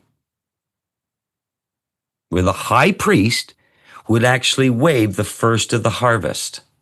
Is it possible that the first of the harvest, this is no great mystery at all if we understand the appointed times. He literally fulfilled them, and they're all in play now, almost 2,000 years ago. And this is the bit where he's telling you, oh yes, I'm high priest now. He's not going to have any reason anymore for that temple. And this is why it got judged. In fact, it's going to get out of the way. It's going to be nothing but a stumbling block for you. I need all of my people, my whole house, to understand this, including Yehuda, which had been entrusted with the scepter up until that time. But it got polluted and corrupted. And so what's interesting here is you're actually seeing, as when these instructions were given in the Torah in Leviticus 23, mainly contained in 10 and 14 in that part of Leviticus, Yeshua is now fulfilling and confirming, I am the high priest. And he's waving again everything related to the harvest, just like the lampstand is his people. And he's now going to wave them. And is it possible these were the 24 elders because of what we had read earlier in Revelation? One of the elders. John saw them there. How would that be possible unless this event occurred? Unless the high priest actually fulfilled it. So you mean this whole ritual of a high priest up until this point waving the first of the barley harvest was only a shadow picture of what the true thing is. And that sheaf may have always been representing the first fruits resurrection with himself at the head of it and waving that which would sit around the throne of the universe. And so this whole time, the system was honoring this every year after year after year after year. And then finally the day comes for the real thing. And what is it? It's people. All of these things were always, the harvests are always pointing to his people. The lampstand is pointing to his people. The gold is pointing to his people that is in the temple. All of it is painting this great picture of what really matters to him. Now the high priest's prayer. How shall we pray? Master, think about this basic answer that he gave. What basic answer did he give? Thy kingdom come, thy will be done on earth as it is in heaven. Think about that statement. Yeshua is making sure, I want you to see the heavenly tabernacle. And then a high priest is answering in an incredible way. He hasn't taken it yet, but he's giving you an insight into something. I'm about to take it. And he's answering, what do you ask? How do we pray? Who do you ask that to? The priesthood. And he gives an incredible answer that's going to be confirmed in the book of Revelation. Thy kingdom come on earth as it is in heaven. No wonder the vision of him in the high priest position that he's going to start walking now towards the holy of holy and fulfill this great plan of redemption. We'll miss these things if we don't understand the word or the Torah, the front of the book, or what the prophets are doing, what Yeshua is actually doing, the literal fulfillment of these things. It's not confusing if we understand it from these ancient ways. He's actually given them a high priest prayer. It's an incredible thing. This glibly we refer to the Lord's Prayer, and yet it is so powerful and will be confirmed in the book of Revelation and in the actual visions that were given to John on the island of the small Aegean island, the island of Patmos, and this incredible man who had devoted his life and had great favor and was entrusted with this book we call Revelation. So is the prophet Daniel and the book of Revelation connected? Well, I'm starting to paint that picture. Is it possibly connected with the actual fulfillment of first fruits and a high priest? Is there a reference? There might be elders involved. So what happened with Daniel? And a lot of people, and again, we get this in our studies, a lot of people believe, well, if you want to understand Revelation more, then you want to understand the prophecies, particularly of Daniel, but I would argue it includes all the prophets. But I'm going to use Daniel as the example because I believe he's playing a special part in this incredible event that is occurring on the island of Patmos. The prophet Daniel. How is that even possible without the first fruits, the literal first fruits resurrection? The kingdoms and the return of Messiah. Daniel 2:31-34. Daniel's, of course, interpreting the dream, and we all know the story. He's coming before Nebuchadnezzar, and Nebuchadnezzar's freaking out and everything else. But as a part of this, he's about to give the things that are yet to come at that time in the time domain. Okay? And so we would see things play out, and Alexander the Great and the four kingdoms being spread, and we have all these historical ways to view these things. But at this time, Daniel's being shown a lot of things ahead of time. And I believe from outside of time. We're going to see something that's captured here. As we look at what Daniel went through. And you saw, O king, and behold, a great image. And this image, mighty and exceeding brightness, stood before you, and its appearance was frightening.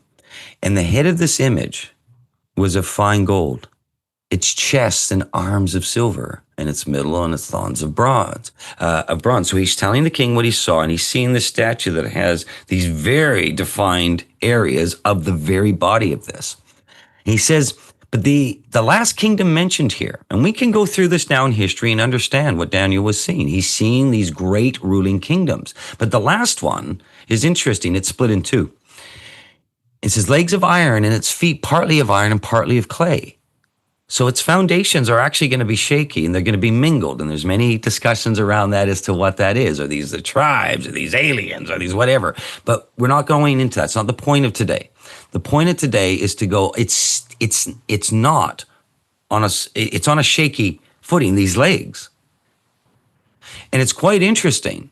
Over the last almost 2,000 years, we have, those of us who are in the West, especially have come out through the Commonwealth, Ephraim and Manasseh, and the migration, particularly to the US and Canada, Australia, New Zealand, South Africa, have come from the British Isles. But the journey before that was interesting. And then the journey before that all links into this Roman Empire. And everyone forgets, but there's an Eastern leg to this. You'd know it as a lot of the Middle East and the Islamic world, the Ottoman Empire, all these sorts of things. It's actually played out that this thing that came out of these events of the Grecian Empire and whatnot eventually created these two incredible legs made of iron. And this Roman beast system would be very ugly in some of the descriptions, terrible in its actions. And of course, the last 2,000 years, we've seen so much bloodshed, it is not even funny. We're about to come to a great climax of this. But it's not standing on just iron. It's showing a brittleness, a shakiness to these legs that would come out of it. At this time, at the time of this, when we come to the end of these legs, the feet of these legs, and things are shaking or brittle, this is the time when a stone was not cut out by human hand, and it's going to strike the image. And the kingdoms of man are now going to be replaced by something. And this iron and clay is going to be broken into pieces and all before it with it. In other words, the history of the kingdoms of man are gone. And now something is going to set up this final age. And that something is revealed. And all of man's efforts and all of man's thoughts and all of man's knowledge and all these sorts of things are for naught. And this is interesting. That stone, that rock, is Yeshua Messiah. And he's about to take his place as in heaven on earth to literally fulfill the great promises, the great plan of redemption, the hope, most importantly, the love of an Elohim. We see in Daniel, it's captured, we got these two interesting appearances. Daniel's being given incredible visions and understanding of prophetic future events. Indeed, many consider the greatest prophetic prophet in all of Scripture. The appearance of Gabriel to Daniel is accounted in what Daniel wrote. It's very interesting. While I was speaking in prayer, so he's speaking out loud in prayer, Gabriel comes to him and he's seen in this vision. Okay? He comes to him swift in flight. This messenger, Gabriel, heavenly messenger, the time of the evening sacrifice. Where a yearling lamb was sacrificed without blemish. This is going on. He says, he made me understand, speaking with me and saying, "Oh, Daniel, I've now come out to give you insight and understanding." So Gabriel's doing something here, and it's very interesting. This is where it gets really even more interesting. At the beginning of your pleas for mercy. So the prophet Daniel is pleading for mercy, behalf of himself, behalf of his people, everything else. He was in the right place. A word went out, "I have come to you." And this is the statement that I believe is why he received it. "You are greatly loved." Daniel's the dude. Not because of how clever he was or the great prophet or he did this and whatnot. He's greatly loved by that which has sent Gabriel. So let's just get this in real consideration. What made him worthy? Something has gotten to the point where he is greatly loved. So a part of this messenger, the first place he's standing, I'm going to give you understanding, it's because you are greatly loved, Daniel. Not Elohim is impressed with your knowledge. You're greatly loved. Therefore, consider the word and understand the vision. Interesting. And this would lead into the whole 70th week of Daniel. It's one of the most incredibly butchered set of scriptures if you go on to read there up until 27. And modern hermeneutics and dispensationalism has tried to make this account actually speaking about the anti-Messiah or antichrist when it's actually speaking of Messiah. It's grotesque. Anyway, we don't have time to go into that. Okay. Goes on in chapter 10. I lifted my eyes up and looked, and behold, a man clothed in linen. With fine gold and the uphaz around his waist. This is interesting. His body was like beryl, his face like the appearance of lightning. So he's given a vision of someone. His eyes like flaming torches, his arms and legs like the gleam of burnished bronze, and the sound of his words like the sound of a multitude. By the way, that's going to be confirmed in the book of Revelation, that exact description of Messiah in the heavenlies. Who's he looking at? The same thing. He changes not. And Daniel now is describing it the same way John would. Interesting. They're not in disconnect. Something's going on. Now, if John was to describe it exactly the way and refer to it the way that Daniel did, that he saw the true vision, but something was going to be sealed up until he was allowed to see it. So John is confirming Daniel. Daniel is confirming John. Both are confirming Messiah. And I, Daniel, alone saw the vision. For the men who were with me did not see the vision, but a great trembling fell upon them, and they fled to hid themselves. Does that give you overtones of something that happened in the wilderness? Interesting. This is indeed Messiah. So I was left alone and saw the great vision, and no strength was left in me. My radiant appearance was fearfully changed. Okay, so Daniel's going, man, this is like, it's fearfully changed. And I retained no strength. Then I heard the sound of his words, and I saw the sound of his words, and I fell on my face in deep sleep with my face to the ground. So none of this falling back and dancing and, all the kind of shenanigans we see. Utter and complete reverence. His very appearance is creating an incredible depiction, which is confirming Messiah in a sense of what led him to this incredible place of reverence and respect, of teshuvah before him. And behold, a hand touched me and set me trembling on my hands and knees. So literally a hand picking him up off his face. He's prostrate, picking him off and getting him to his hands and knees. So now he's standing, on his hands and knees. He needs actually assistance. This is how powerful this visitation is for Daniel. No angel could achieve this. No messenger of any sort from the heavens could achieve what we're seeing here, other than Messiah himself. And he said to me, O Daniel, look what Messiah says now. Man greatly loved. So Gabriel saying it, and now Messiah saying greatly loved. What? God, Daniel so greatly loved. Understand the words that I speak to you. Stand upright, for now I have been sent to you. And when he had spoken this to me, I stood up trembling. Then he said to me, fear not, Daniel, for from the first day that you set your heart to understand and humble yourself, the greatly love's attached to an absolute state of teshuvah. Wow. And you did this before your Elohim. Through all your journey, your Babylonian imprisonment, everything you've done. I've been watching the whole time, Daniel. You're greatly loved. You've done it at a level that's staggering. Is Daniel the dude? Oh, yeah.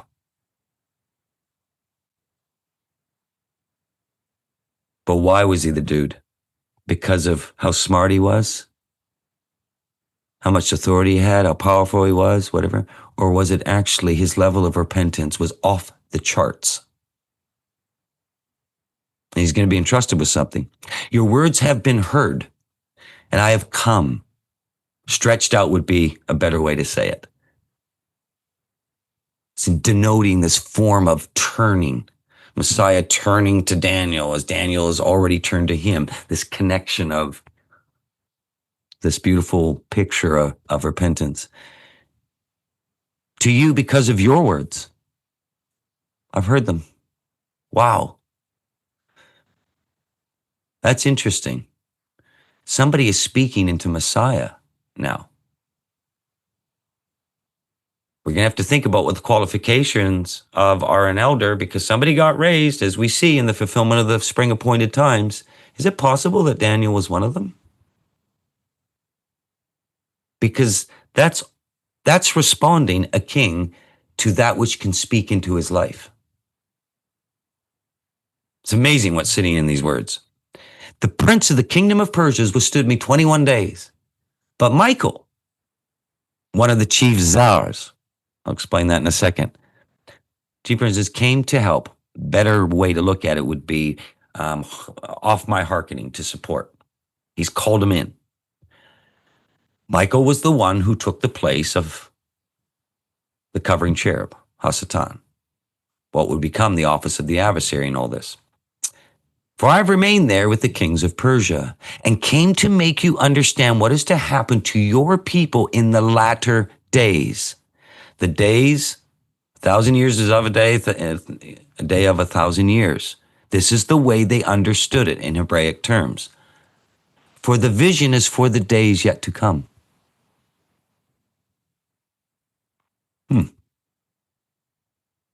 So we've got this really interesting thing. Is it possible that spiritual matters from outside the time domain are coming into the physical realm? Are we seeing a picture of something that is happening, something that is outside the time domain? And I don't have time to go into this, but Michael and I will be going into this a bit more at Sukkot. In Elohim, nothing is impossible, and he's not subject from the time domain. Is it possible that this event is actually going on and you're actually seeing Elohim time travel? Would be the sort of most ugly, brutal way of saying it, because we can't even comprehend what's going on. Is he able to actually do this? So something's going on that's not even happening with Daniel, but there is a capacity to come in and out of the time domain, and Yeshua is demonstrating it. And he's going, okay, Daniel, I'm going to trust you with something. Something's going on. You don't have a clue in the future, but I'm going to let you know right now. It's incredible. A statement almost of biblical time travel by an Elohim. If we can see it. What is going on here? Anyway, we can't go into it. Michael and I will go into it a bit more at Sukkot. Appearance continues. It goes on in 10.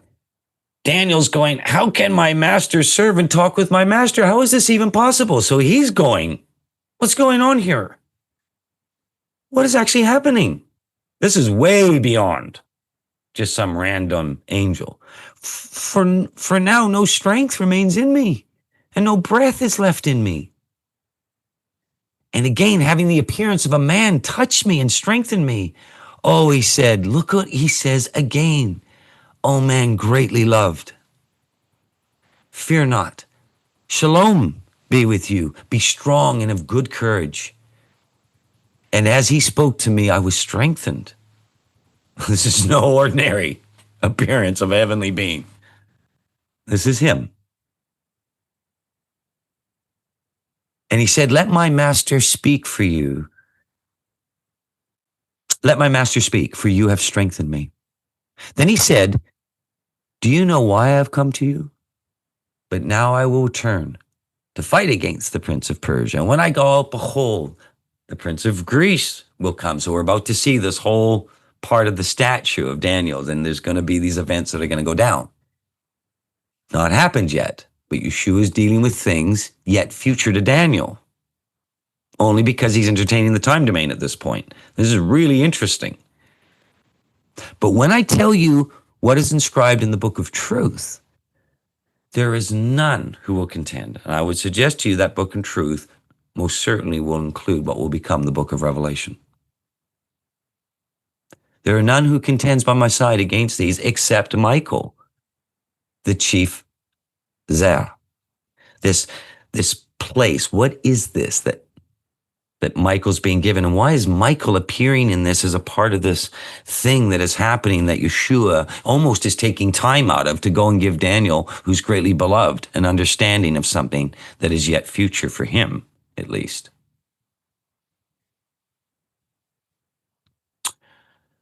At that time shall arise Michael, the great prince. So it goes on in 12. So you go through all of chapter 11 and the history and the times, and then it goes through, and this is going to include right up until the coming of Messiah eventually.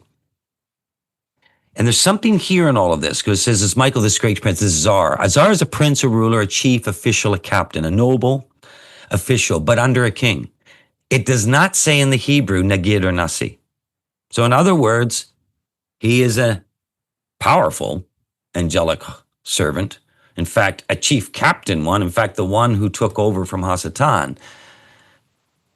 But the word there in the Hebrew is Zel.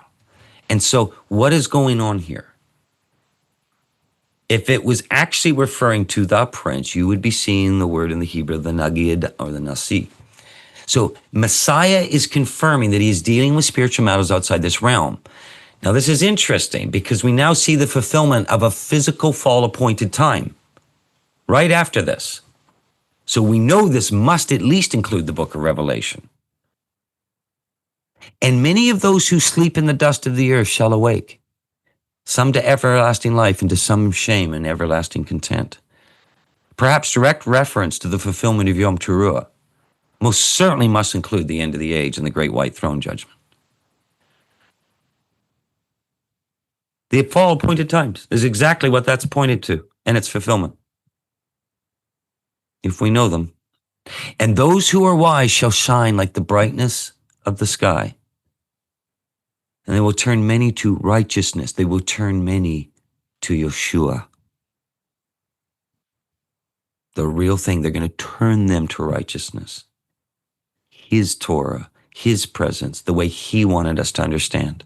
And those who do this at this time will shine like the stars forever and ever.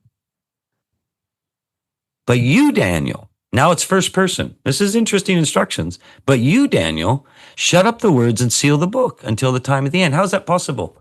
The time of the end is thousands of years from Daniel here, at least arguably 2,600 at this point to the coming of Messiah.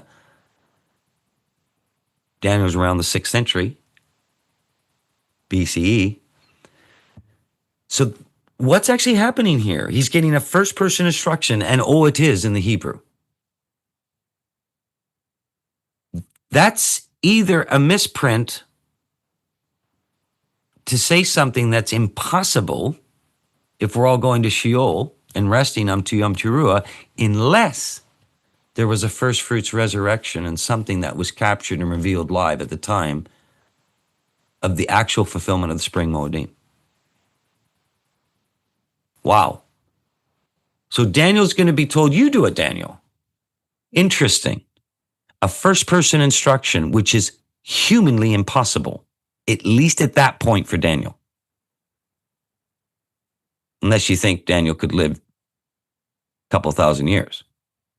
Of course, I don't think anybody thinks that. So what do we see in Scripture? Who is this heavenly messenger in the book of Revelation? Confirmation of eldership and bride. Is this possible? It goes on to say in Daniel, just after this, and Yeshua's appearance is now gone, he says, but go your way till the end of the age, and you shall rest. And look at this, and shall stand in your allotted place at the end of days. Wow.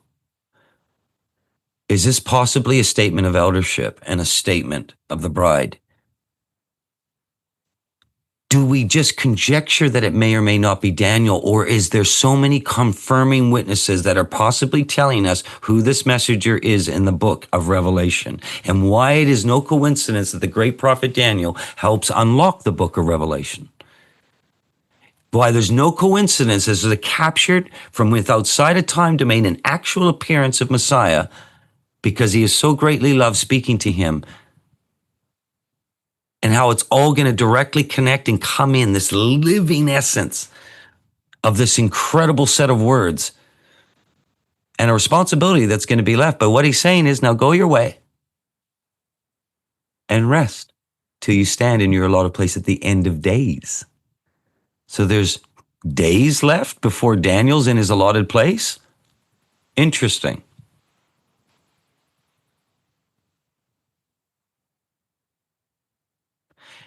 The revelation of Yeshua Messiah, which Elohim gave to show his servants the things which must soon take place, made it known by sending his messenger to his servant John. Is this just some random angel? He bore witness to the word of Elohim and to the testimony of Yeshua Messiah, even to all that he saw. Is this possible that it's Daniel? Well, let's go on the end of 29. How would Daniel treat this? If it was actually Daniel, what would Daniel's response be to something that's being recorded here by John on the island of Patmos? And behold, I'm coming soon. Blessed is the one who keeps the words of the book of this prophecy. Remember the blessing. And I, John, have heard and saw these things. And when I heard and saw them, I fell down to worship at the feet of the messenger who showed them to me. So John's falling down in front of this messenger, and the response is really interesting. But he said to me, you must not do that, for I'm a fellow servant with you. And look at this, your brothers and the prophets. Even direct relationship to himself, which of course John was very schooled on regarding the prophecies of Daniel. See, John is not even recognizing the glorified state of Daniel, if indeed it was him. But all I know is that Daniel's humility, Daniel's teshuvah, even to the point of being glorified and sitting around the eldership of Yeshua himself and the throne of the universe, is at such a place that he's going, hey, you must not do this. He said to me, now look at the opposite in the instructions that Yeshua gave to Daniel. Do not seal up the words of the prophecy of this book, for the time is near. What are we in? Near time. This is interesting. So Daniel is confirming something, what I believe to be Daniel. All I know is the amount of confirming witnesses, from the language to the fulfillment of the spring appointed times, to the statements and promise given by Yeshua himself to Daniel, to the reaction that I am actually seeing by John on the island of Patmos. Is it possible? I only think it's possible if we just don't step out of the appointed times, if we don't try to add or take away from the words, if we just read the accounts. It's not only possible, I believe it to be likely.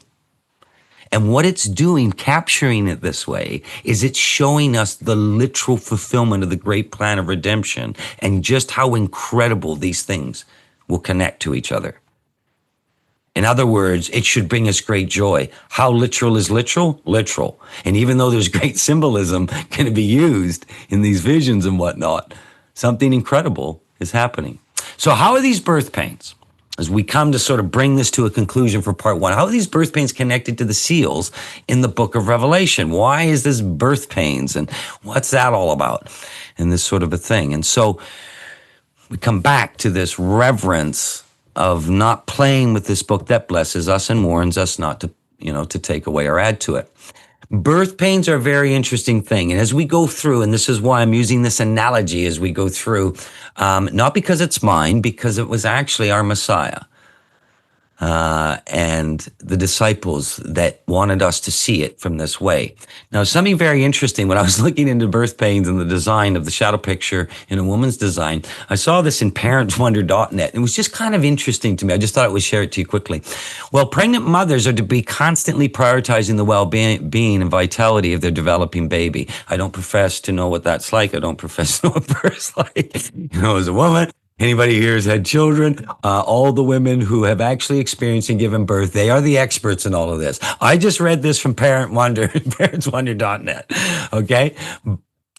I'm taking that, there's some understanding and expertise here in all of this. The process of childbirth is typically associated with unmistakable signs. Interesting. The disciples were going to ask Yeshua, what are the signs of the end of the age? And there's going to be this reference to something, including regular contractions and intense pain. But it is possible to be in labor and not know it. Oh, this is interesting. Keep sober. Don't be caught out like a thief. So it's possible that we could be having labor pains going on. We're getting way closer than we think, but something's put us to sleep. Something doesn't have us in this right. Something's deceived us. There are instances where women can be in labor without realizing it. A phenomenon known as silent labor. This is interesting. This occurs when typical symptoms and sensations associated with labor are absent or mild, leading women to be unaware of their progressing labor. We could be caught off guard with something. Something's going to be born, but it's for whatever reason, this phenomenon can happen. Maybe there are even women in this community that have actually experienced this. But silent labor refers to labor that goes largely unnoticed until something happens. And it's challenging to determine the exact duration, to understand these things concerning that pregnancy. Silent labor typically occurs during the early stages of labor, though, which can last anywhere, look at this, from a few hours, look at the shadow picture, to a few days. I don't believe that this phenomenon is a coincidence in what the time periods, how it relates to it are. In any case, I found that interesting. I read it. And it says silent labor is likely to eventually progress into active labor. So whether we're aware of it or not, you're eventually going to know about it, during which a woman may begin now to experience the more noticeable signs and symptoms. So is it possible to be in a form of labor pains for 2 days, and then only at the end we understand the intensity of the situation? Just saying. Found this interesting, and it's actually in the physical shadow picture with the design of a woman in the actual birthing process. And it seems to me that almost 2,000 years ago, something interesting, when Paul, being in prophet mode here, is talking about the appointed times and indeed understood the words of Messiah himself. He says, now concerning the times and seasons, the appointed times, brothers, you have no need that I write to anything, to have anything written to you. You've been celebrating these things your whole life. You understand their greater significance now. You understand the great plan of redemption. Paul's not going to go in all of that over again. He says, but for you yourselves are fully aware that the day of Elohim will come like a thief in the night. That's relating to a tabernacle situation where our high priest is going to catch out those who should be on guard, those that should be on duty, and they can be caught out unawares. And as it goes in historical record, the high priest would set their garments on fire and they'd have to run out naked and all those sorts of things. And we've spoken about all these things before, but it's quite interesting. While people are saying there is peace and security, very interesting. We have been in a place since the end of the Second World War, and most of the, if you're under basically 60 years old, 70 years old on this screen, you've been living in a time of peace and security under the Second World War order of things. Now, I know that we've had the wars and, we've had things and breakouts and all these kinds of things, but the world has not been plunged into actual world war. So most of the people on the screen have no idea what it is like to actually endure such a thing. And then sudden destruction will come upon them. Look at this. As labor pains come upon a pregnant woman, and they will not escape. Interesting. But you are not in darkness, brother. You are not in darkness for that day to surprise you like a thief. In other words, you know the appointed times. You know how to view this. You know how to look at it. Do you see what's happening? And Peter's reminding them, we're supposed to view this a day as 1,000 years and 1,000 years of a day. This is how they understood it. Maybe our modern eschatology doesn't get this, but how did they understand it? How did the Apostle Paul understand it? How did Yeshua present it? This is what really matters. The first of the four seals. So who are these characters without me bringing in brevity, trying to say we can come up with all these other things? These incredible symbolic descriptions of something. The ancient seal protocol. The ancient seal was a stamp or engraving, usually set and made of stone or metal. The kings would often wear them. Certain high officials, things like this in ancient times, usually set in or made of stone and metal. The engraved symbol was used to make an impression on clay or wax. It's usually attached or stamped on an object, sometimes a cylinder. The whole cylinder would be covered with it, and it would be stamped. Or important papyrus documents in order to give it authenticity. They could only be broken by the designated authority to who it was to. So the seal was presented there. The parchment documents became more common use in a common way in the 4th century BC. When it went more to parchment. At the time of Daniel, it would have been more papyrus. Type of scroll. The seal was most common throughout the ancient world in Egypt, Babylon, Assyria, and the Israelite ancient worlds. What you're seeing down here, and this was actually excavated in archaeologists dig in Eilat during Eilat Mazar during her excavations in the city of David, of King David in actually Jerusalem, under Jerusalem. They found some very interesting things. These names that bore these royal ministers mentioned in the Bible story of Jeremiah, the prophet of the Old Testament. And you're actually looking at what they covered and whatnot. This would have been what they would have stamped onto these documents, these papyrus and parchment documents. This has actually been uncovered. And so that we know the prophets were absolutely using this process and this protocol. And so when he's talking seal it up, Daniel, there's an actual instruction for him to use his prophetic signet. I want you to do this. I've given it to you. I want you to do it. And apparently he wants him to deliver it, as we see possibly contained with this incredible connection to the resurrection of the first fruits, the 24 elders, and then the messenger that would appear to John on the island of Patmos. But we absolutely know this was their practice. And we have found the archaeological evidence. This was from the Institute of Archaeology, the Hebrew University. The English definition of seal, something that confirms, ratifies, to secure, to a device to be cut, raised, an emblem, symbol used especially to certify, signature, or authenticate a document, to guarantee, ring, face, device, mark, incised, can be impressed upon in wax or moist clay, and impression must be broken or open to prevent tampering. A seal that is a symbol or a mark of office to confirm or make secure. So the modern English definition of this captures this pretty well. Just states it for what it is. In the Greek, the sargophes, the seal. So we got this sargas. And it's the seal, this place upon books, a signet ring, this inscription or impression made, a seal, a name of Elohim and Messiah stamped upon their foreheads, which anything is confirmed, proved, authenticated by a seal. So the Greek is now linking this to the protocol, but it's also linking it to a heavenly process. Very interesting. The root of this, the phrasos. So we got the phraso, to fence in, to stop, to seal up, to close up, to put to silence. Interesting. And then the root of that, the phrang. So we got the phrang. The midriff or diaphragm, this is where it gets really interesting, the ultimate root of the seal, parts of the heart and the mind, the faculty perceiving and judging. Now, the Greek's going to get us more to the origin of this protocol. This is really interesting. It's capturing this, if we do the etymology on this through the actual Greek. It's fascinating. Is it possible that this is relating to heart matters and matters of judgment and the very protocol? Did they know this in ancient cultures? as to where these protocols came from. The chatham here in Hebrew, to seal up, to seal up, affix a seal, to seal up, fasten up by sealing, to seal, to lock up, to be stopped. Oh, Daniel, you seal up this now. So Daniel would have done the only thing he would have known to do. Carried out the instructions, sealed it up, loved, greatly loved. And therefore, if he was greatly loved, he was greatly trusted. Incredible job.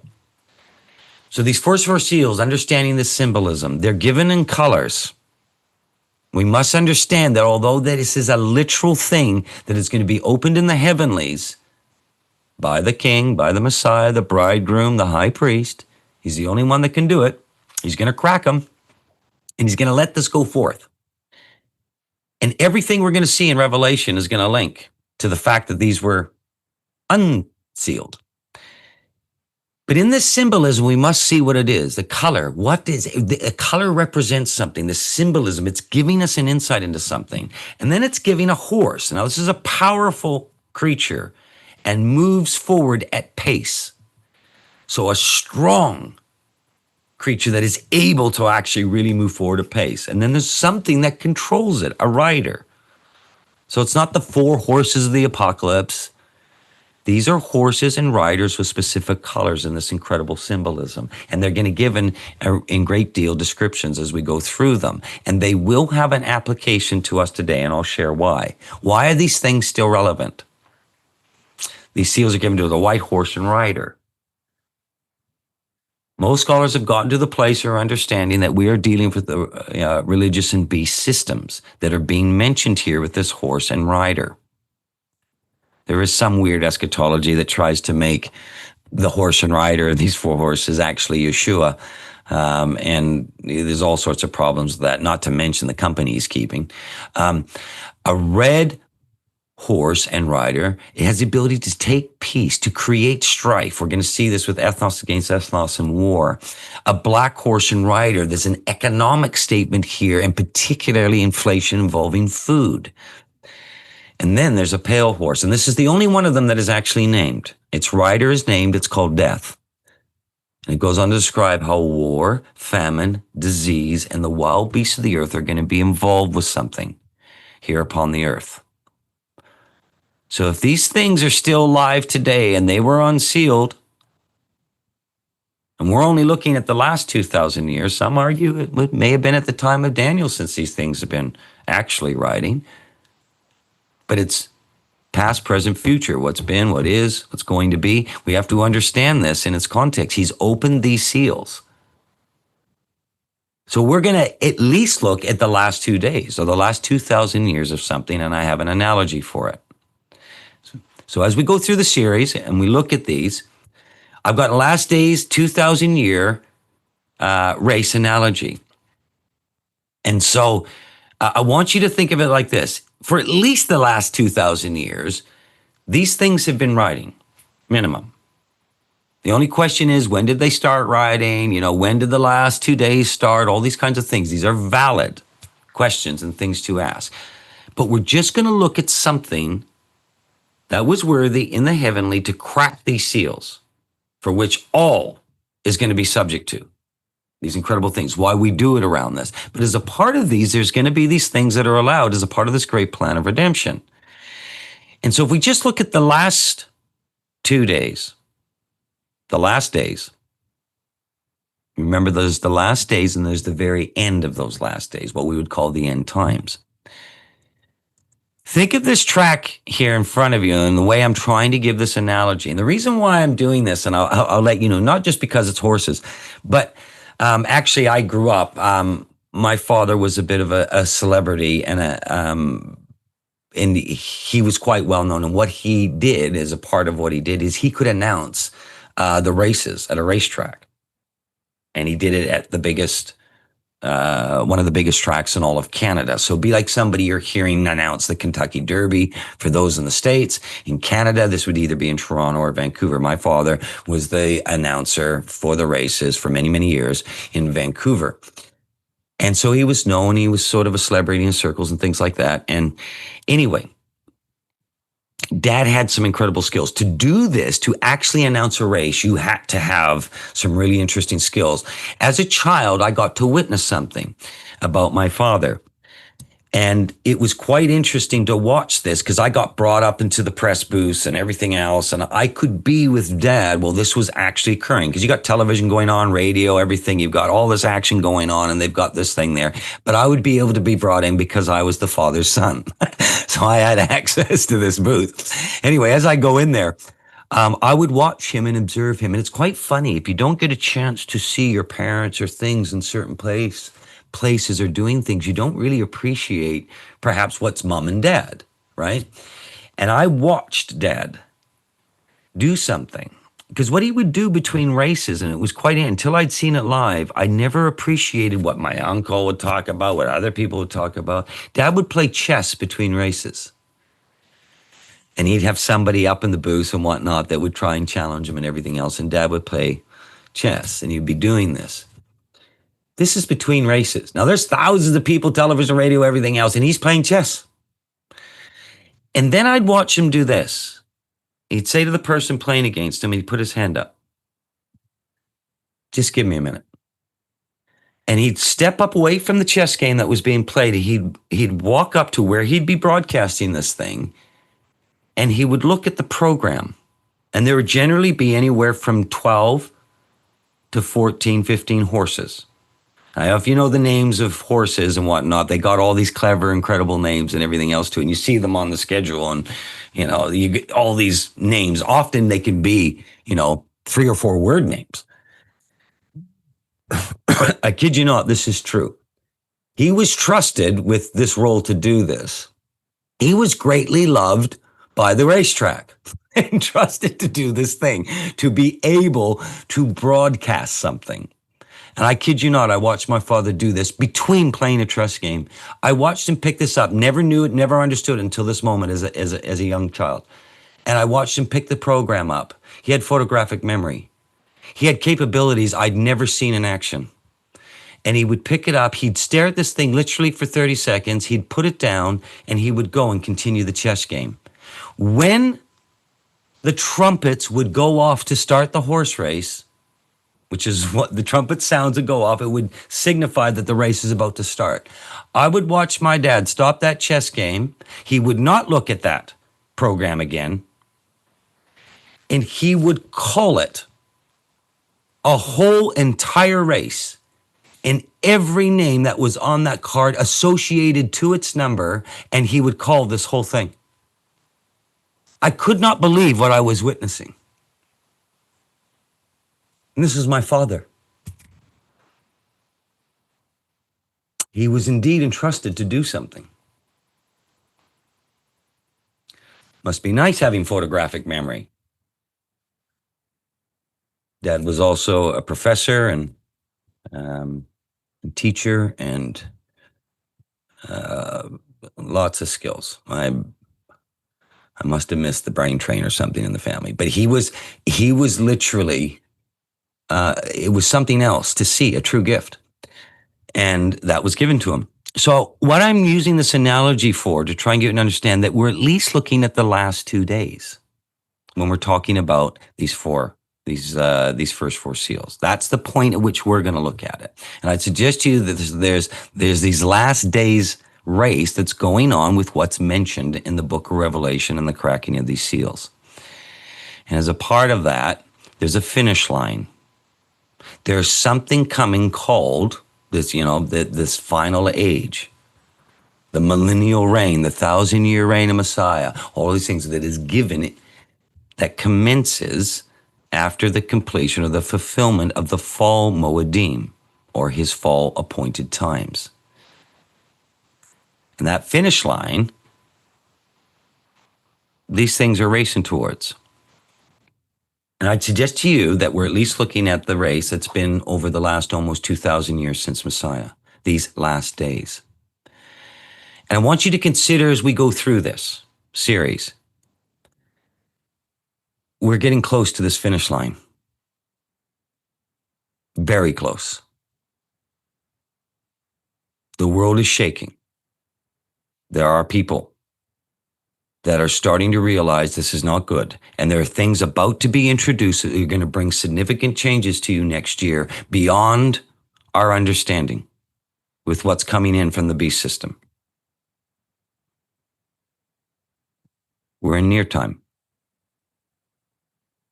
And if you look at this whole last days track, almost 2,000 years,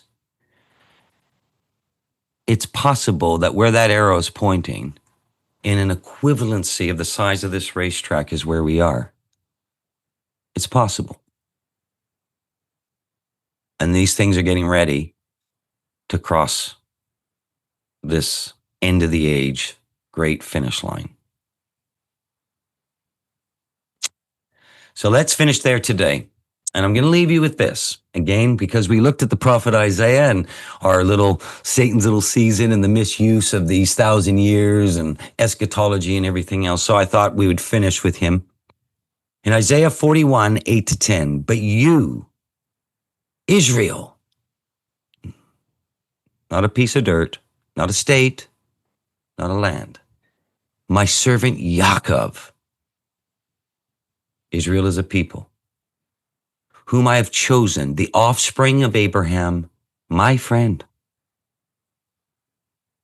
You whom I took from the ends of the earth and called from its farthest corners, saying to you, you are my servant, I have chosen you and not cast you off. Oh, he's looking for a house restored.